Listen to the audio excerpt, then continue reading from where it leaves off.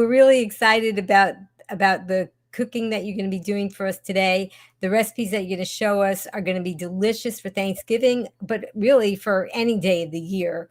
So, because that's what's great about being plant-based. It doesn't have to be a special occasion to eat special food, and you definitely make special food, and you have a wonderful cookbook that we're going to talk about later that also has special food. So, I'm going to start off with our game of true or false. It's time for True or False on Be Green with Amy Live. Answer true or false to Amy's questions in the comments below, and Amy will ask our guest for the expert answer. Okay, the first question, and Green Warriors, you type in your answer, and some of these are just for fun. True or false, Faith's new cookbook, which was released yesterday, was the #1 bestseller new release in its category on Amazon. True or false? Type in your answer. And Faith, what's the answer? It's true. It's still #1 new release in Cooking with Kids category. That is so awesome because this is a plant-based cookbook, right? It's not just a general cookbook. It's not a paleo cookbook, right? No, This is a plant-based cookbook and #1. It's plant-based with kids. So. Right. But that's just wonderful. Congratulations on that. Okay. So we're going to get to know you a little bit. True or false? Faith has 7 siblings. True or false? I think I gave away the answer there, but go ahead. Faith has true or false? She has 7 siblings. True or false, Faith? That is false. There's 7 of us total. Wow. So you grew up in a pretty busy kitchen and a pretty busy household. Lots of for sure. Yeah. Did anybody in your home when you were growing up eat plant-based? No, we did not really know about that. We didn't even realize that was an option. But I was about 16 when my family started to understand nutrition a little better, and we made some changes. Wow. So you were pretty young, though. That's amazing. Yeah, I was a teenager, so. That's amazing. Okay, so speaking about family, true or false, Faith's husband is a big meat lover and doesn't eat her cooking very often. True or false? Have a guess, Green Warriors? Okay, Faith, what's the answer? That is false. My husband's very supportive, and he loves plants and does not eat meat. Well, good for you, because I mean, we have people on the show that have written books and cookbooks and done all kinds of appearances and things, and still are trying to get their husbands on board. So that's wonderful. It really would be so challenging, and I salute all of those who have unsupportive spouses. You got to really believe in yourself to do that. Oh yeah, absolutely. Okay, so here's another one. True or false? Faith has 3 kids under 5 years of old. True or false? Okay, Faith, what do you say? That's true. I just had my 3rd baby 3 months ago. Oh my goodness. Well, congratulations. We were talking before the broadcast that I feel like a book release is like having a baby. And I was telling you, oh, you had your 4th kid. I didn't know you just recently had your 3rd one. In 1 year, cookbook and baby. Oh my goodness. See that? And cooking at home, I guess. You probably cook a lot. Oh, Angela Fischetti said, oh my, congrats. It's so precious. Oh, that's wonderful. Okay, let's see. I think we have another. Okay, so this one is something that's interesting. Let's see what the answer to this is. Green Warriors, what do you think? True or false? Faith reversed PCOS through whole food plant-based diet. True or false? Okay, people are guessing, and go ahead, tell us about that. That's true. I always just had like a off menstrual cycle until I started eating more whole food plant-based. Even when I was just vegetarian, that wasn't enough. I had to really concentrate on taking out the refined sugar and the white flour and try to eat more whole food and no cheese and eggs and stuff like that. And I mean, obviously it worked because I've had 3 children in 5 years, and my cycle is back to normal. I don't have painful periods anymore, and it's just amazing to me that you can do that all through what you eat. Wow. So is that what started you with this plant-based journey? Yeah, I was kind of leaning that way anyway because I was vegetarian, since I was a teenager. But when I was just trying to conceive and I was having super long cycles, what should be 28 days for me was 60, 70 days. And I wasn't ovulating, so it's impossible to conceive. And so I was just really doing some research. And when you Google it, you actually read to do a low carb diet, of course. Everything says about everything, right? But that did not sit well with me, and I just did not feel that that could be true. I think when you're trying to figure out your health, you need to really listen to your intuition and your gut feeling in your heart and seek inspiration because only God really knows your body completely and knows what will work for you. And I just felt like that could not be right for me to eat high protein, low carb. And upon further research, I've found that a low fat plant based diet is actually um, superb for your hormones. And that worked well for me, still does. That is just so amazing. That I guess because you were vegetarian before you were discovered that you had the PCOS, then when you were looking for those solutions and you came upon the paleo keto type thing, you knew that that wasn't for you because you were vegetarian.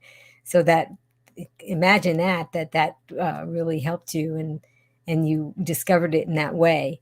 That is, and then you had 3 kids. So here we go. I mean, there, that's definitely proof that this lifestyle can be very helpful for so many things, and there's just another one right there that it's helpful for, and I'm so happy for you that that is something good.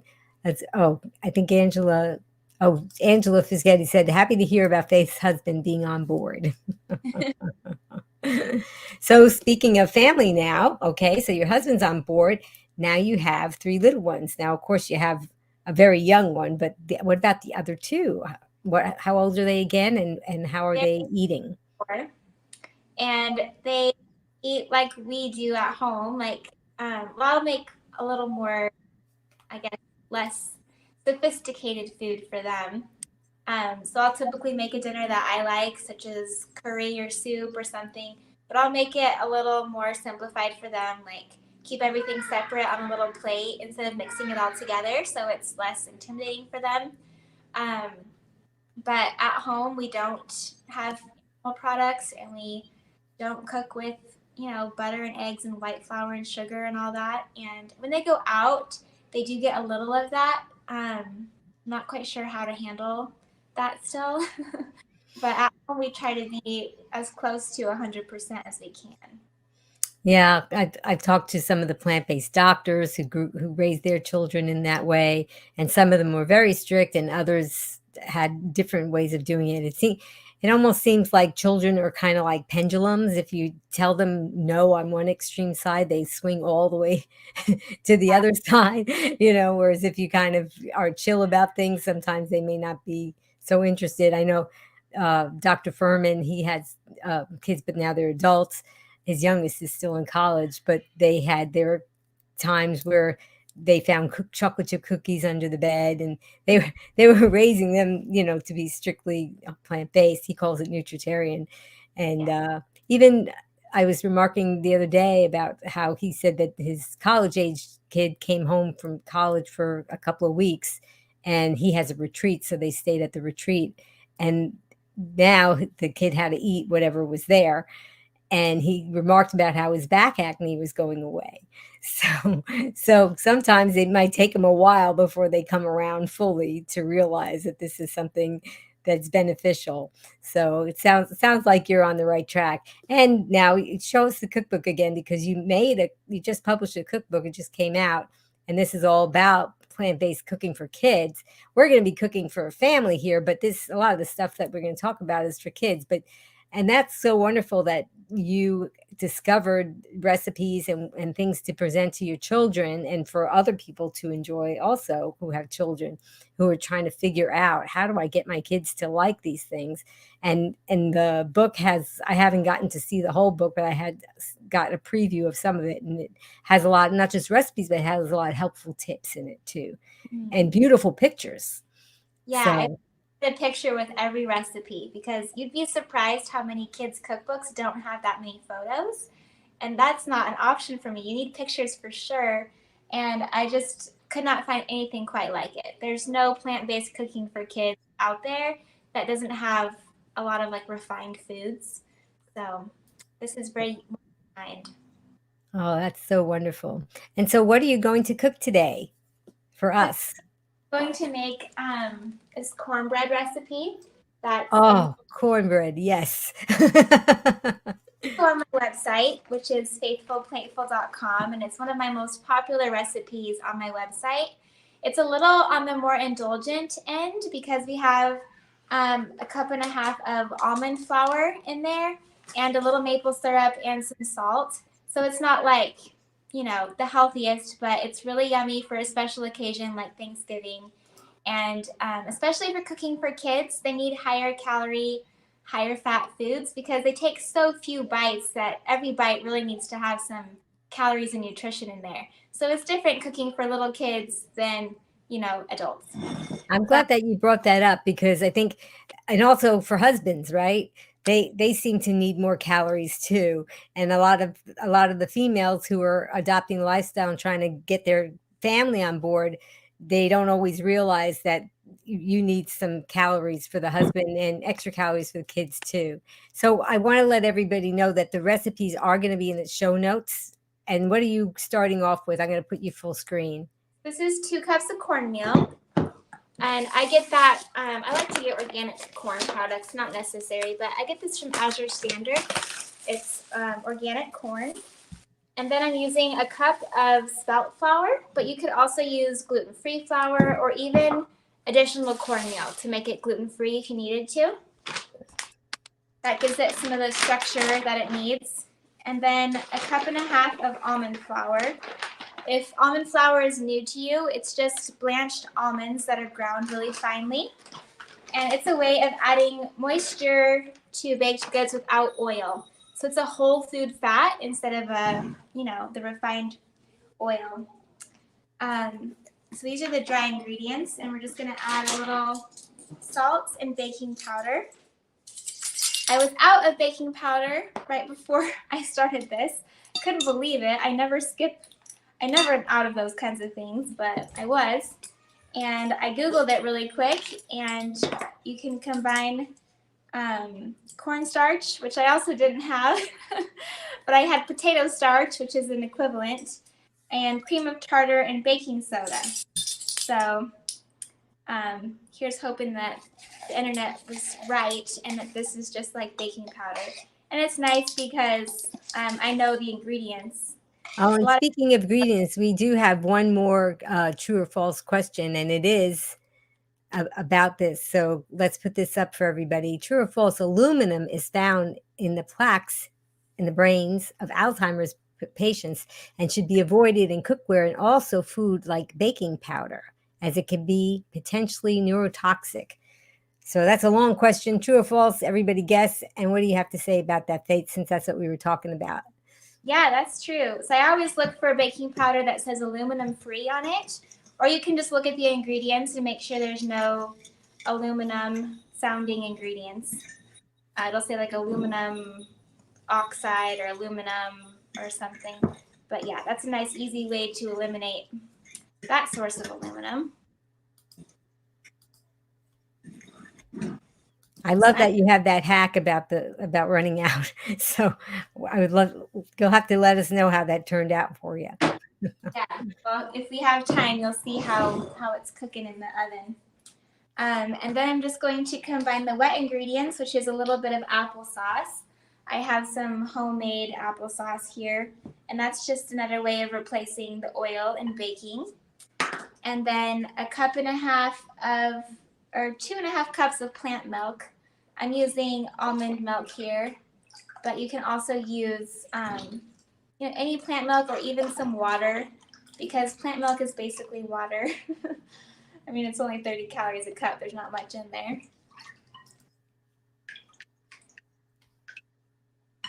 Yep, that's good to know about the plant milk, and oftentimes we can kind of whip up our own if we need to. We've had where we'll take rolled oats and just put it in some water and put it in a small food processor, and there you go.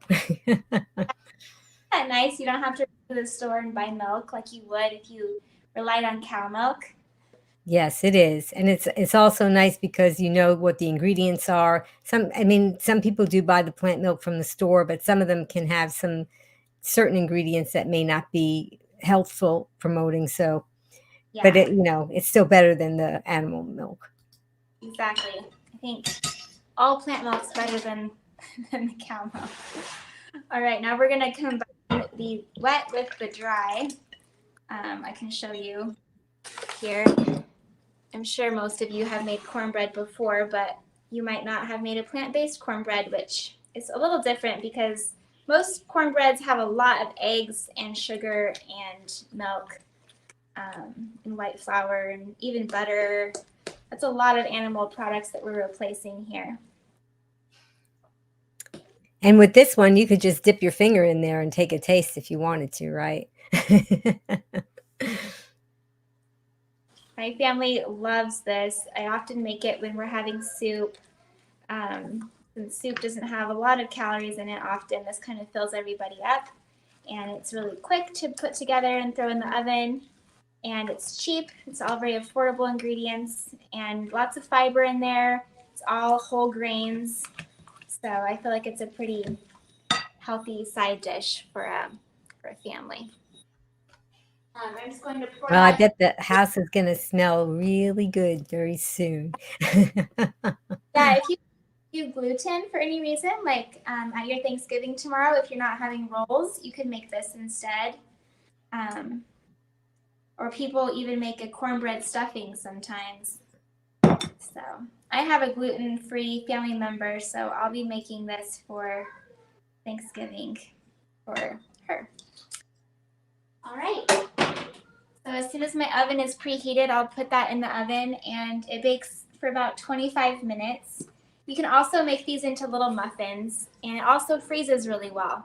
I'm actually traveling in the morning, so I'm not taking this with me on the airplane, but I'll put it in the freezer.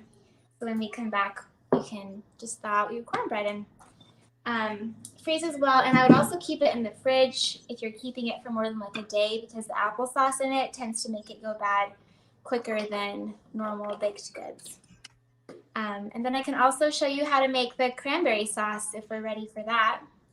That sounds great. These recipes will be great for Thanksgiving, but also great for any day. And it's so much fun. I think a lot of people, they go into the store and they see that bag of cranberries and they say, I'm plant-based. I got to do something with that, but I really don't know what I could do. So you're going to show us. Yeah, I don't want to buy the canned cranberry sauce because there's so much sugar in there, and this tastes way better. It tastes like real cranberries. And that's basically all it is. Cranberries are very tart, so I'm just buying, it really takes about 5 or 10 minutes. You'll watch right here. You just pop the bag open, and I'm going to just rinse them off and look for any squishy or like yucky ones, but these all look fresh and good. I'm just going to rinse them off and put them into this pot. Stephanie was talking about your cornbread and she said, wow, that came together quickly. It did. It really did. It's just so, and there weren't many dishes or things that you had to use to prep it. One So I bowl. love that. Yeah, it's great. So it's just a bag of cranberries, a little bit of water, and then I have an orange here that I've already zested. If you don't have a zester, it's this fine little grater, and you just lightly do the whole outside. You can also use the fine side of a cheese grater, but this gives it a really yummy citrusy touch. If you don't have a fresh orange, you could use a little orange juice or orange juice concentrate, but I think this is the best, that little bit of orange zest. I'm So glad you talked about the zesting and how to do it because when I first started to use the zester, I was pushing down really hard on that, and it didn't taste very good when I put it in my what I was making. So yeah, you just kind of lightly brush the sides of it, and then it collects on the top. These are really cheap to buy too, a little zester, and it really adds good flavor without, sugar and stuff like that. It's like nature's orange flavoring. Anyway, then we're gonna add a little sweetener. You can use any sweetener. You can use, I mean, if you're not whole food plant based, you can use sugar or brown sugar. I'm going to use a little maple syrup, but you could also use some apple juice concentrate or just anything to add a little bit of sweetness because those cranberries are pretty tart. So yeah, I would probably use date paste because I don't typically use maple syrup, but everybody's different on this plant-based lifestyle and what they like to put in their diets. But it's nice to know that it's flexible that way. yeah, date paste is for sure the healthiest option. I just don't always have it ready, but this is very versatile and it's just beautiful. And then you can use cinnamon, or I'm going to use a little of my pumpkin spice blend. It's like ginger and cloves and allspice and nutmeg and even some black pepper, which you don't have to do, but it actually really brings out the other flavors. But you can just use cinnamon too if that's what you have. And it just adds a really subtle and sweet little flavoring. So I'm just going to add like a half a teaspoon at first, and I can increase it with time after I taste it. But I'll show you these beautiful cranberries. Because cranberries are so sweet and yummy. Oh, look how beautiful. Mm. I kind of pop and burst here in a minute, and then it gets all jellyish, and you're done. And it's just so fast and easy, really simple ingredients. None of the additives that they would put in store-bought cranberry sauce. So this will be done in just a few minutes. You can hear the little popping. The cranberries. Yeah. They're going to start popping here. Have any of you made homemade cranberry sauce before? We'll see if anybody wants to answer that. Actually, we're preparing for Thanksgiving today too, so we're actually making some of that, and it's lovely for the people that. I mean, do you use an immersion blender or do you just make it without blending it up? You don't have to blend it at all. You can it just kind of, the cranberries burst, and so it's really pretty smooth without blending it. Right. Yeah, but for those that are getting used to the can with the big blob coming out, I think that's for some people they would want an immersion blender just because they're trying to get used to the texture. But I've been on the lifestyle since 2012, so texture, doesn't bother me. Stephanie Simpson said that she made it last year with the nutmeg notebook recipe. Oh yeah, I haven't looked at hers, but I was just on her show a couple weeks ago. Yeah, she's great. The sauce already made because I had a Friendsgiving like a few days ago. So this is the texture. Oop, where's my camera here? There we go. Look at that. How fast chunky. That was.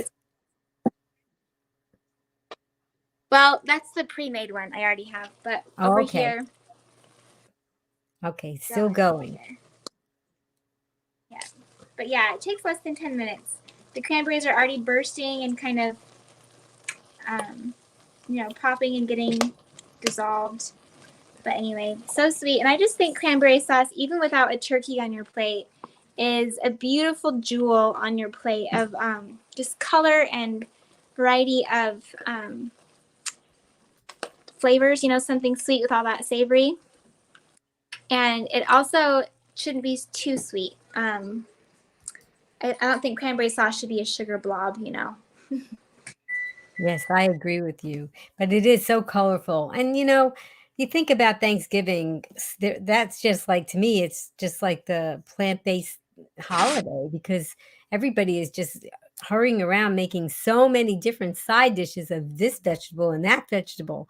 And so, even and then a lot of the times people load up their plates with all those different sides, and then they're like, "Oh, where am I going to put this turkey?"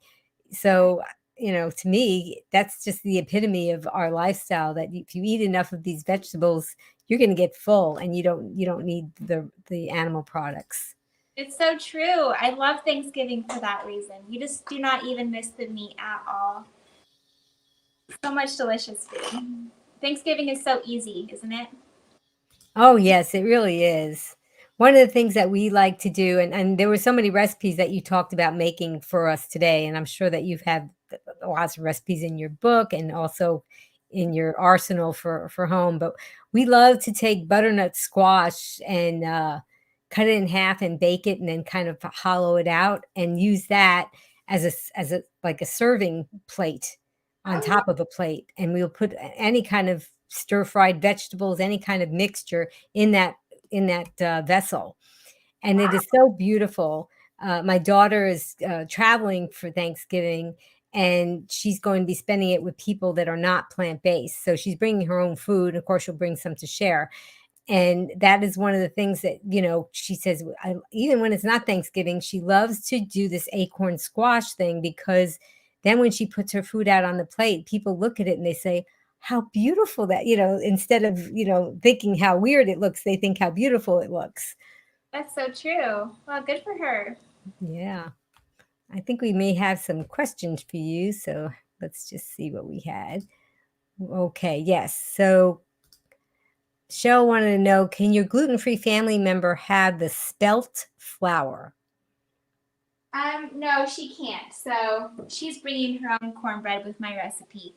You just use extra cornmeal or gluten-free flour, but I'm traveling 2 states away tomorrow, so I can't make the cornbread and take it. But she's making my recipe gluten-free. Oh, excellent. And then she wanted to know if, can oat flour be used in place of spelt flour? Any gluten-free flour, so finely ground oat flour, gluten-free all-purpose, or just extra cornmeal. I've done those lots of times, and it always works. So have you done, because when I was talking about how sometimes we like to take, we'll make oat milk, but sometimes we'll just take rolled oats and put in a food processor and make it into flour. So if you were to use oat flour, would that be one of your ways to make it? That's how I do it. I do it that way. I just put some rolled oats mix and grind it until it's fine. And it's pretty much equal parts. So if you need a half a cup of oat flour, just do half a cup of rolled oats. Okay, excellent, excellent. And then, so then you got that cooking in the oven there, right? Yeah, the Mm, cornbread, it has to cook for 25 minutes, but our oh, cranberry sauce is done. And as it sits, the cranberries even like burst some more. But it's just a beautiful little spoonful of ruby red sweet tartness, and it has lots of antioxidants in it, and it smells like oranges and cinnamon in here, and it smells so good. oh. It seems like that is one of the things that make leftovers so great. Mm-hmm. It's kind of like having jelly or something, that if you wanted to make a sandwich or something like that, you could just layer some of that on over something else, and it would really taste delicious. Oh, Stephanie said maybe even buckwheat flour. Yeah, yeah, I think that would work. I haven't tried it though. Yeah, there are just so many. Here before going plant-based, there was just only one flour, right? The white flour. And now we're all spouting out all these names of different kinds of flours. And I mean, there's just so many things to choose from. It's just wonderful that we have that. And you don't have to do without cornbread. So that's a big deal.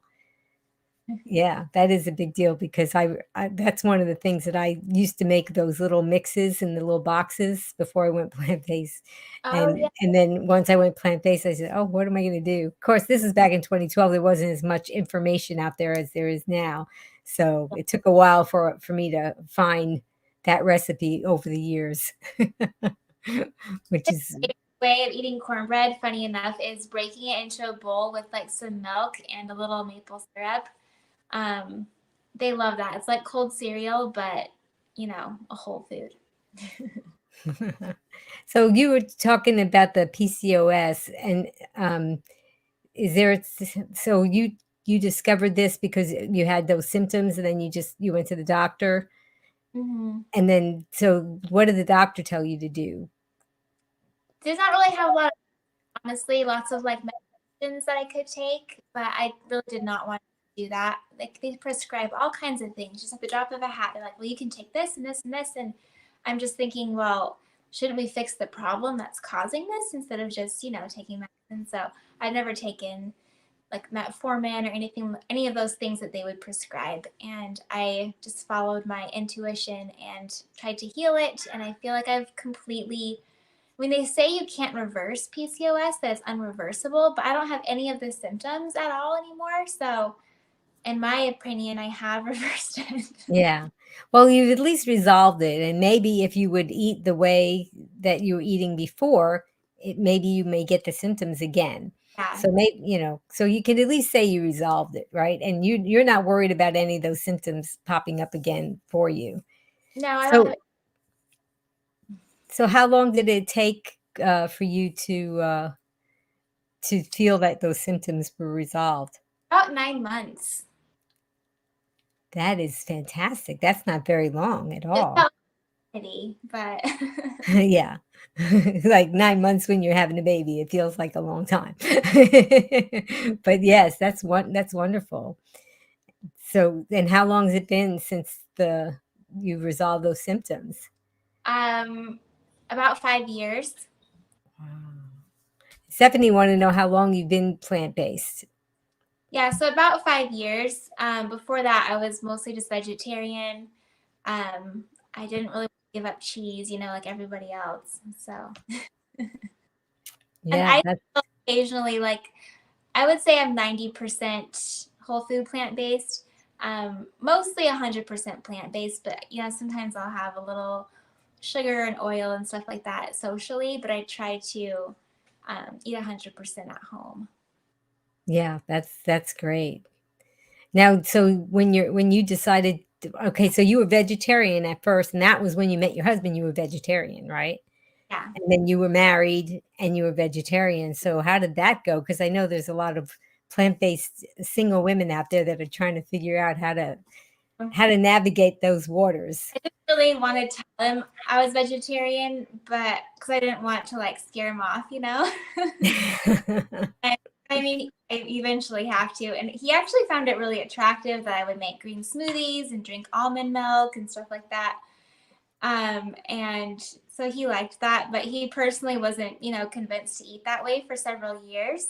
And so I just said when we were just, dating and getting married, I was like, I'll make you meat, but like I'm not gonna eat it. And he was like, no, I'm fine just getting it like at restaurants on occasion and stuff like that, which I was super thankful for because I hate cooking raw meat. That's gross to me. I don't want to buy it. I don't want to cook it. So that wouldn't have lasted long. Well, it was nice that you were showing that you were flexible. And so that's what it was one of the questions I was going to ask you was what happened when you were going out to restaurants when you were dating. So you just Yeah. He would how order, did you I would order vegetarian. And eventually he kind of just gained his own conviction of it. And I don't feel like I've ever pressured him to eat a certain way, but he's really into the medical medium. I don't know if you've heard of him, Anthony William. And he just loves that. And I'm just glad that he has somebody who, has persuaded him in that regard because it does make it so much easier as a family when you're on board with the same way of eating. Our kids watch us eat the same, and so it's great. But for those people who don't have that in their household, you can do it. You can stick with the way that you're eating. You can, keep your food separate, and the food they eat is just their food. It's not yours. And you don't have to wait for your spouse to be on board to start making changes in your life. You can take responsibility for your health and your life, and you do you, regardless of what your family does. I'm glad that you said that because so many people are kind of using that as one of their as excuses, I guess, for not going on board. And so now, did your husband have any health issues or weight issues or anything? No, he is super fit and healthy, kind of no matter how but here because of the way he eats. But He's a marathon runner and he eats so much food but doesn't ever gain weight because it's like, whole plant food. There's not a lot of calories in it as much. So, yeah, he hasn't really had any health issues to resolve, but he's just kind of felt inside what's the best way to eat. So now you've got the 3 kids. Well, I mean, your youngest one isn't eating solid food yet. So you have the 2 kids that are eating that way. So how do you navigate that with family, especially now you're traveling, so you can be eating Thanksgiving meal with another family. So how does that work? My parents, we're going to my parents' house, and they thankfully eat this They do. way. Wow, that's a big deal. Usually we're not in that situation. Usually we're with my husband's family, and they eat more typical standard American Thanksgiving food. And I just eat the side dishes. Mostly there's probably, non-compliant ingredients, but for the most part it's green beans and salad and potatoes and sweet potatoes and stuff like that. And I've never had an issue. And to me, really, Thanksgiving isn't so much about the food. It's just about being together and visiting and talking and being grateful, and the food doesn't have to like consume our minds and doesn't have to consume the day so much. So it doesn't really matter if I have tons of delicious food that I want to eat. It's just, yeah. So you created this wonderful recipe book for kids, for plant-based kids. Yeah. Now, how did people react? I mean, your family is plant-based, so that wasn't an issue, but maybe your husband's plant-based family is not plant-based and they've got the grandparents, or I mean, sometimes people are concerned that you're raising your children and not giving them animal products, especially milk. I mean, that can be a challenge for some people with family members who think that they are wanting to give nutrition advice and medical advice. Have you had to navigate any of that? Thankfully, no. I think my family knows that I believe what I believe, and they're not going to convince me otherwise. But we eat a lot of, really healthy food like fruits and vegetables and stuff. So I don't know how you can, um, you know, fault people for that. If I was Right. this food like just vegan junk food, that would be different, but thankfully I haven't had any backlash. Yeah, because I think like drinking milk, I think that's just like a big lightning rod for some families. It's like you have to give the kid milk, Mhm. it becomes a really big deal. So that hasn't come up in either side of the family for you. But thankfully the other side of my family, they have watched What the Health, and that really convinced them to switch over to almond milk, so they don't buy cow milk even though they eat dairy and meat. But that's been nice that they at least always have almond milk on hand.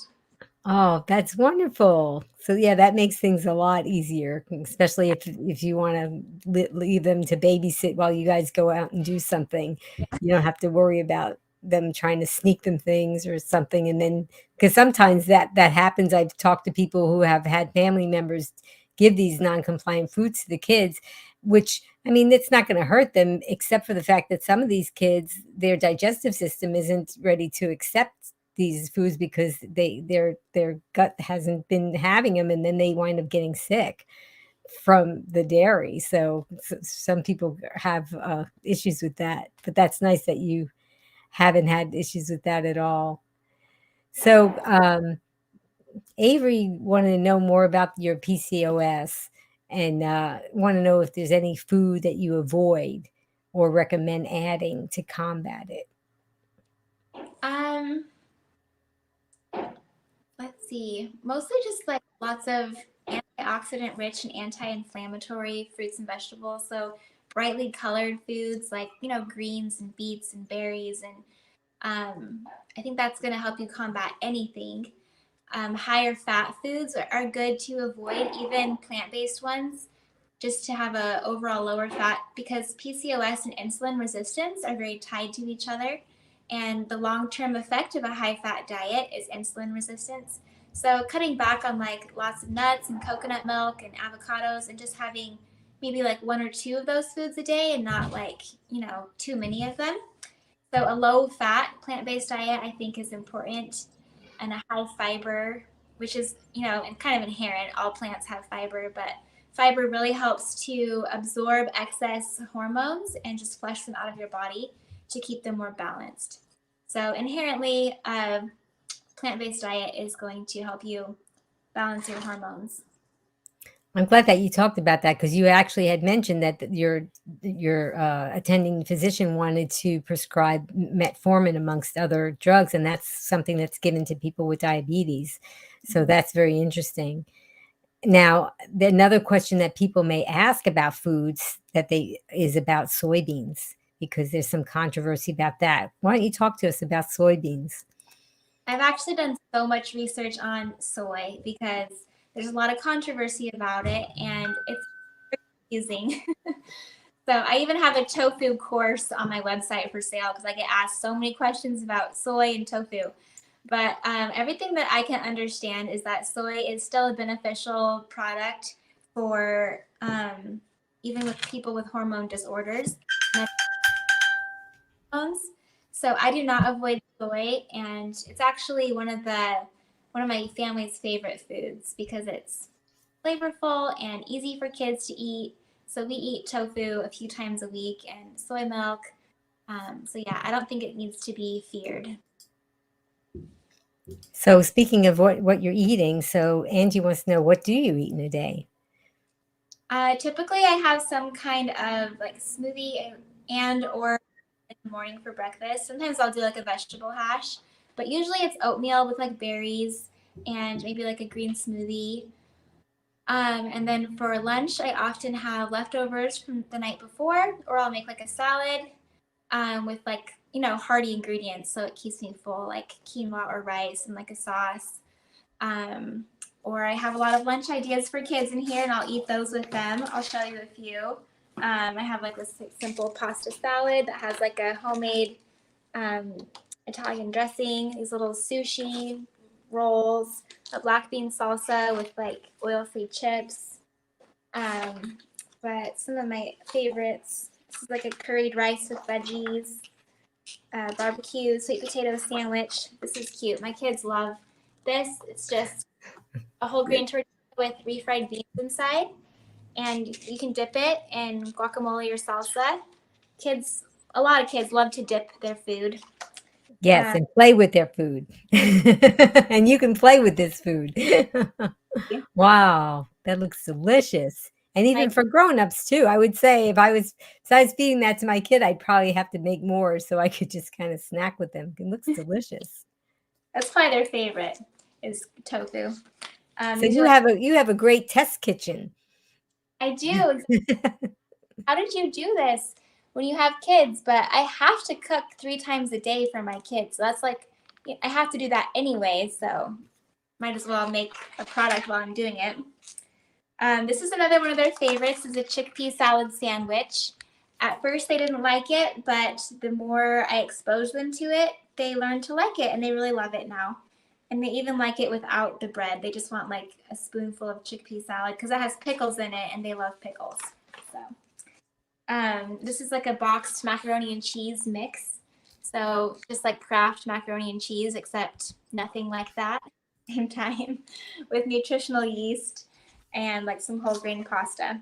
So those are a few lunch ideas. Oh, very cute indeed. So, when you first transitioned your children from and onto solid foods, how did you do that? And did Um, you have anything from your pediatrician? That, was your pediatrician on board? yeah, I lucked out. I didn't look for a specific pediatrician, but he does happen to be vegan. Oh, you are just surrounded by all these people that are so supportive. How I fortunate. live in Meat and Potatoes, Idaho. Like I don't live Right. with a lot of people around here. Like 99.9% of people are opposed to being vegan around here. But anyway, I transitioned my kids to solid food with it's called baby led weaning. So instead of making purees and using a spoon, you just give them foods and let them like feed themselves.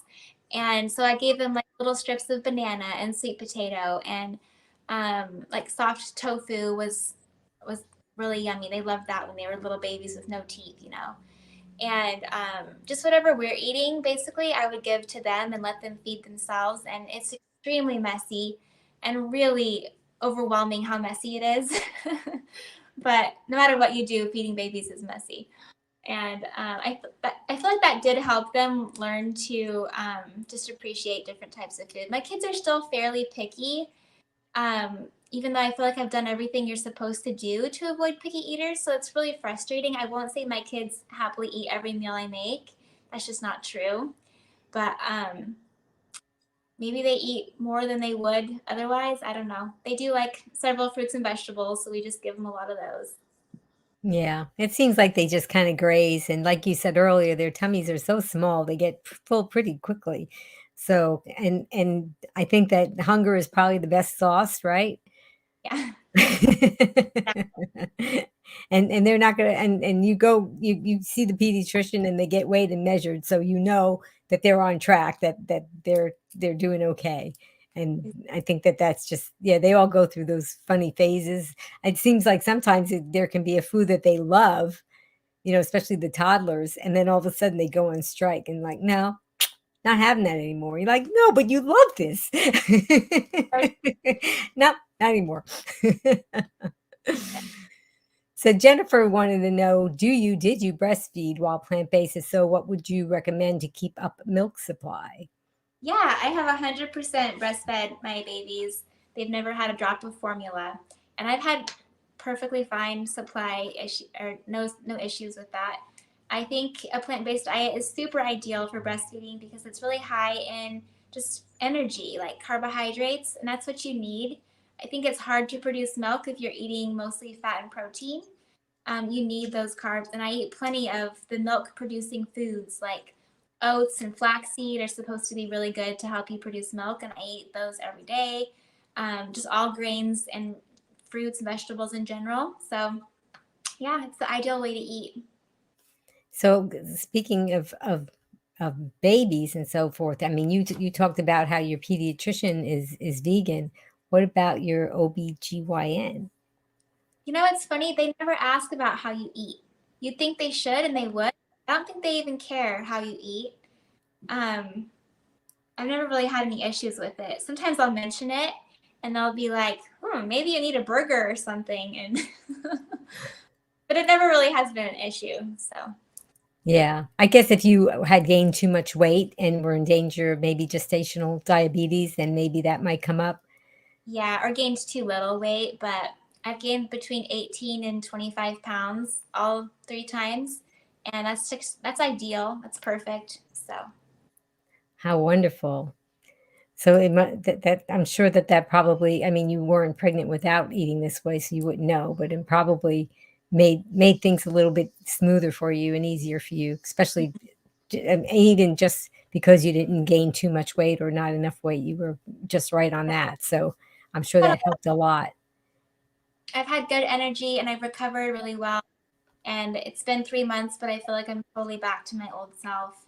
It's just nice to not have to worry about that. Yeah, yeah. And for anybody that's thinking about what to feed their baby, at least the newborns, if I was fortunate that I actually had a friend who said to me, "You should try breastfeeding." And I didn't even really think about it because I was bottle fed, and it didn't even wasn't something that even occurred to me.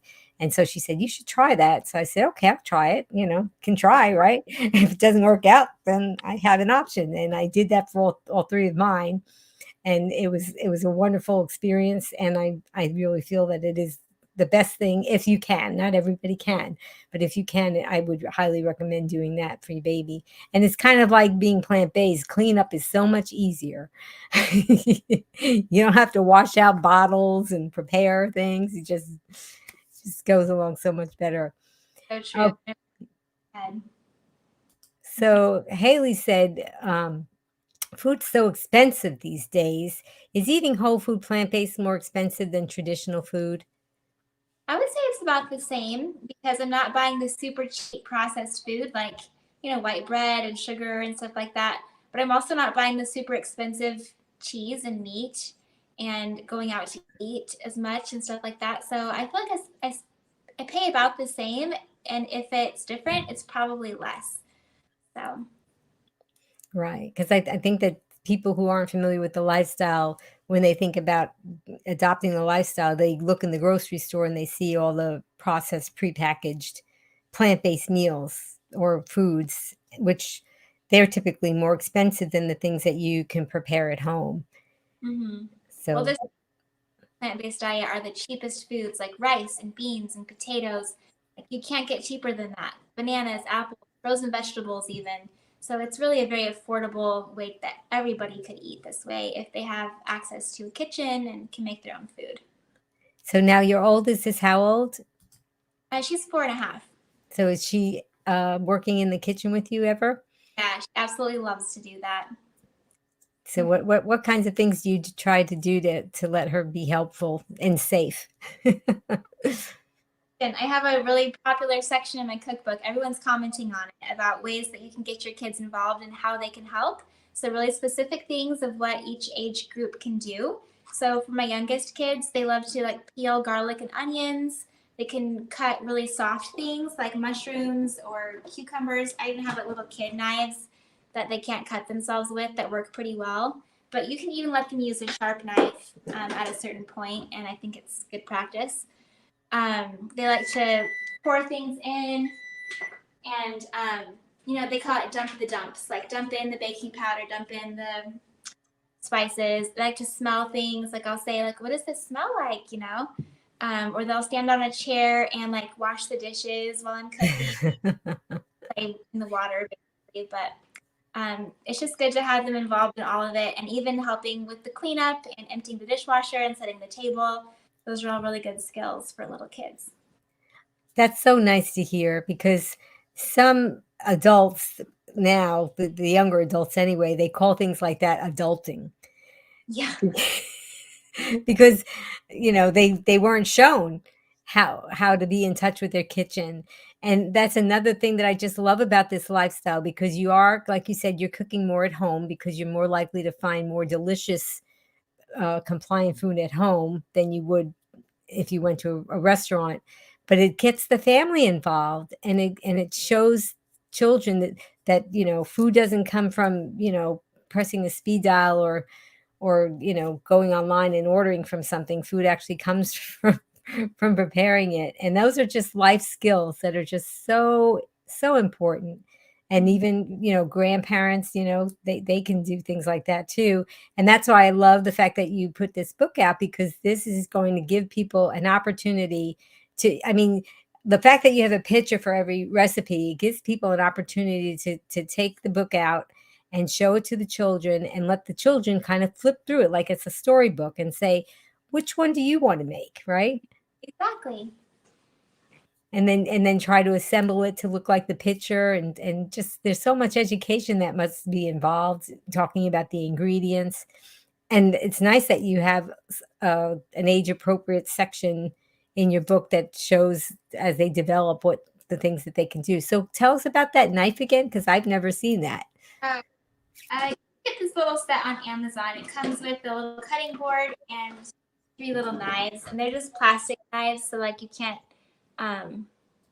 cut yourself. But they have a serrated edge, so it actually does cut food pretty well. Yeah. To play with these. That is so awesome. Very nice. So you talked about your website, and then is something ready? Something to get ready to be taken out of the kitchen, the oven? Oh, you should have like a drum roll sound effect or something, because this is exciting. So how long did that take? About 25 minutes. About 20. And then everybody's oven varies. So how would you know? Ooh, Looks like my baking powder worked. So it did. poked it 'Cause with Go ahead, what? I poked it with a toothpick, although when I touch it, it is a little bit soft. So it's between 25 to 30 minutes. So I'm going to give it a few more minutes. So you put a toothpick in to see. I know what a toothpick is for, but tell everybody what you do with the toothpick. If it's out clean, it might be ready, but I also like to tap it a little, and it should feel fluffy and not wet in the middle. So it's a little bit dense still, so I'm going to give it a few more minutes. Okay. And baking powder and baking soda, people get that mixed up. So baking soda is so that it spreads out, and then baking powder is so that it puffs up, and that's how you knew that it worked, right? Because it Yeah. it puffed up. Yeah, that's what I learned. Powder starts with a P, it means puff, and S starts with soda starts with an S, and that means spread. So that's a little tip, right? A little cooking tip for us. Wow, you could just make a treat with the cranberry sauce and the cornbread. You could just kind of spread it kind of like a jelly, right? Yeah, it smells so good in here. I wish you could. I would imagine. So does it kind of crack on top when it's ready also? Yeah, I think that's typical of cornbread, but it's delicious either way. It doesn't get too crumbly, so. Right. But I think that's just another like a visual, like when you because Chef Bravo was on a few times and he says you cook with your ears and your eyes too. And Yeah. so, and so I think that if you can see that it's a little cracked on top, that's probably another good sign, right? Yeah. Well, I want to thank you so much for coming on the show and showing us a couple of easy to make Thanksgiving recipes, which, like I said, that you can do that almost any day of the year, and it would be wonderful. I think that I'd probably be making corn muffins and batch cooking them and then sticking them in the freezer, so I could have that year round because. And because we do that, we have these chocolate cupcake recipes that we do that with, and we make mini ones. And then, you just pop it in the microwave for like 20 seconds and you have a great treat. So that's what I think that I would be doing with that. But that looks so delicious. But thank you so much for coming on the show and talking with us about the PCOS, which is another thing that was really important because I think that a lot of people will be sharing this broadcast with other people and maybe helping them to see that there are ways of resolving those issues and also sharing these wonderful recipes with us. So tell us about your book and your website. Tell us about all the things that you do. So you can find me at faithful.plateful.com or on Instagram or Facebook at faithful.plateful. And I have a few ebooks for sale there. There's not two L's at the end, just one L at the end. Oh, good. We're going to fix that now so we can know. Okay. But yeah, I try to have resources for not just families with kids, but all people who are transitioning to a plant-based diet. And yeah, I hope to see you on Instagram, especially. That's where I share the most stuff. And I have a YouTube channel as well, Faithful Plateful. I just started my YouTube channel. Oh, when do you have time for all this? Because I had children that were 2 years apart, three of them, and I don't know how I had time for anything sometimes. I look back and I say, who did all those things? Because that's just kind of crazy. Oh, so Angela said this was wonderful. I hope Facebook is a bestseller. Have a wonderful holiday all. She's going to sign off, and she's saying be strong, be well, and be green because that's what we like to say at the end. Oh, that's wonderful. And then talk about your cookbook again. So you can get it on Amazon or bushelandpeckbooks.com. That's the publisher. They have good sales sometimes.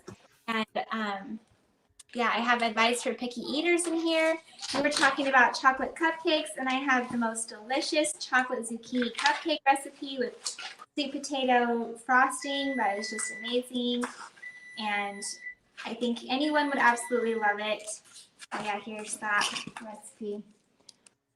Ooh, that looks really great.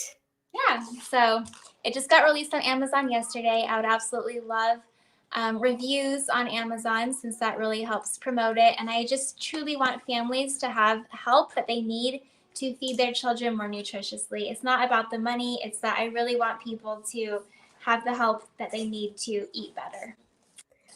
Well, again, thank you so much for coming on. I also want to thank Just Task Voice because she did the promo and she also did the voiceovers, and she's going to tell us who's coming up next. Venus DeMarco healed breast cancer and her life through faith, food, and fun on Wednesday, November 30th, 3 p.m. Eastern, noon Pacific, on Be Green with Amy Live.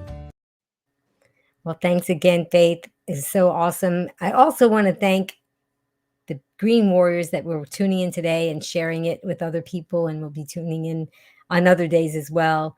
We wouldn't be here if it wasn't for you. Faith wrote that cookbook for you to enjoy and share with other people. I think it makes a wonderful holiday gift. I really do. And for you Green Warriors, go ahead and take your right hand and put it on your left shoulder, your left hand and put it on your right shoulder, and give a squeeze. That's a hug from me to you. Thank you so much for being here and for supporting the channel. And if you would like to join me with Faith as we sign off, and you can type this in the comments below. Are you ready, Faith? Yep. Until I see all of you again, remember, be strong, be well, and be green. Bye-bye, everyone. Happy Thanksgiving. Now you can listen to Be Green with Amy expert interviews wherever you go. Listen while walking, meal prepping, or traveling. Find Be Green with Amy on Apple, Google, Alexa, Amazon, or virtually anywhere you find podcasts. Be strong, be well, and be green with Be Green